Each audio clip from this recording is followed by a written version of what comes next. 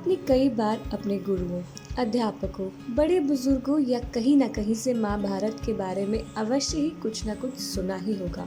कई बार आपने उसके पात्रों के बुद्धि और कुशलता के उदाहरण भी सुने होंगे। लेकिन क्या आप यह जानते हैं कि इसे महाभारत क्यों कहा जाता है? क्यों हिंदू धर्म में इसका विशेष महत्व है? आखिर किसने की थी इसकी रचना?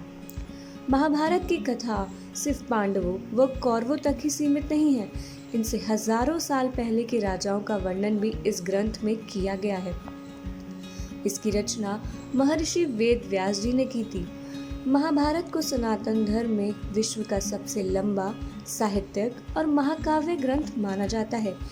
इसी में हिंदू धर्म का पवित्रतम ग्रंथ श्रीमद् भगवद गीता सन्निहित है। साथ ही इसमें वेदों और अन्य हिंदू ग्रंथों का सार भी निहित है।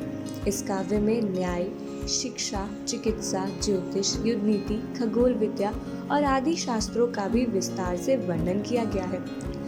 एक कथानुसार वेद व्यास जी ने हिमालय की तलहटी की एक पवित्र गुफा में तपस्या में संलग्न होकर महाभारत की घटनाओं को स्मरण कर मन ही मन में महाभारत की रचना कर ली थी। इसकी जटिलता और लंबाई के कारण इस काव्य के ज्ञान को सामान्य जनसाधारण तक बिना कोई गलती किए पहुंचाने के लिए ब्रह्मा जी के आग्रह पर व्यास जी गणेश जी के पास गए और गणेश जी इस महाकाव्य को लिखने के लिए तैयार हो गए।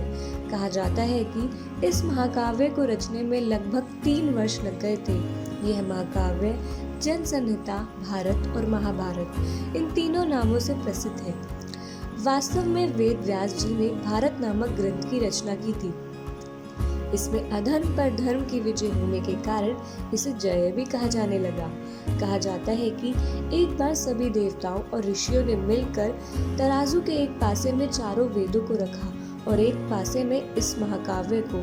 तब चारों वेदों में भारी सिद्ध होने के कारण एवं कुरुक्षेत्र का सबसे बड़ा युद्ध, जिसमें एक से बढ़कर एक योद्धा सम्मिलित थे, उसका वर्णन इस काव्य में होने के कारण इस महाकाव्य की महानता देखकर इसे महाभारत का नाम दिया गया और आगे चलकर यह काव्य इसी नाम से सबसे अधिक प्रसिद्ध हुआ।